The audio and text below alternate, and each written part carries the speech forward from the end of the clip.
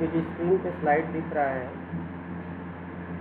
ये भारत की सबसे प्राचीनतम लिपियों का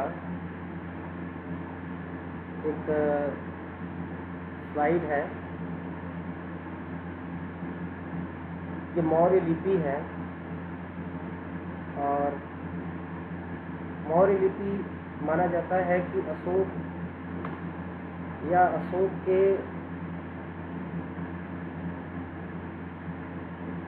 100 या 150 साल पहले इसकी शुरुआत हुई। इस लिपि को देख करके ये सहज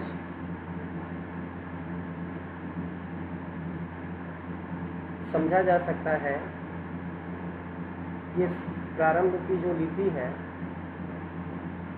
ये किस प्रकार से सरल और साधारण ज्यामितीय आकारों से बनाया गया है, या यूँ कहें कि ज्यामितीय चित्रों को या ज्यामितीय चित्रों के सहयोग से इसे बनाया गया है। आज का जो हम चाहे हिंदी का अक्षर हो या भारत के लगभग सभी भाषाओं के जो लिपियों के जो अक्षर हैं, ये सारी की सारी इन्हीं लिपियों से उद्भूत हुई है। शुरू में अशोक ने इसको पत्थर की पट्टियों पे लिखवाया और इसके माध्यम से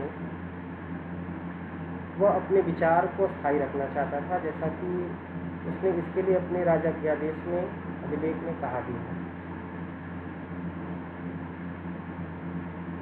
यह लिपि ब्राह्मी जरूर है, लेकिन इसकी भाषा जो है वो प्राकृत है।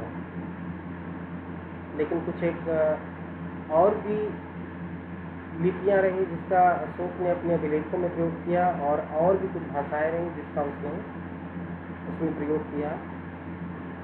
और अक्सर ऐसी लिपियों और भाषाओं का जो क्षेत्र रहा है वो पश्चिमोत्तर रहा है। तो शुरू में पत्थरों के पटियाओं के ऊपर या पत्थर स्तंभों के ऊपर इस तरह की लिपियां लिखवाई गई, और इन दिनों में लोग इसको पढ़ना लिखना जानते थे और इससे पढ़ करके राजा के द्वारा दिया गया आदेश या उसकी आज्ञा को समझ पाते थे। इसका जो स्वरूप है, स्पष्ट स्वरूप, जिसको आप और हम समझ सकते हैं और लिख भी सकते हैं, इससे समझा जा सकता है।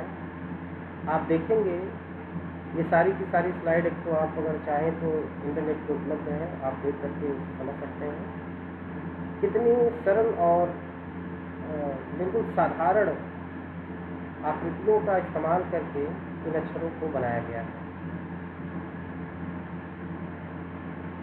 इसके अलावा अगर आप देखें तो इन्हीं लिपियों के आधार पे आगे की जितनी भी लिपियां रही,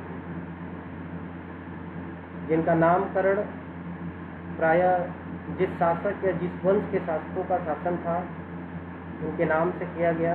एक उदाहरण के रूप में आप देख सकते हैं, यह है गुप्त लिपि, जो गुप्त शासकों के समय में प्रचलित रहा, और अशोक के समय में अर्थात मौर्यों के समय में प्रचलित लिपियों में और गुप्तों के समय में जो लिपि प्रचलित है उसमें कितना विकास और कितना परिवर्तन और परिवर्धन दिख रहा है। इस बात का स्पष्ट साक्ष्य है कि आज की जो भाषा है और जो देवनागरी लिपि है और उसके लिपियों में जो परिवर्धन है वो एक लंबे अंतरालों और लंबे समय की एक देन है, और ये निश्चित रूप से अशोक के लिपियों से ही उद्भूत हुई है। तो लिपियों का इतिहास अपने आप में बहुत ही रोचक है।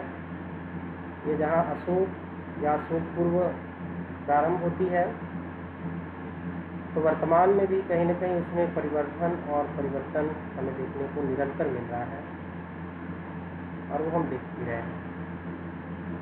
तो लिपियों के संदर्भ में आज इतना ही। धन्यवाद।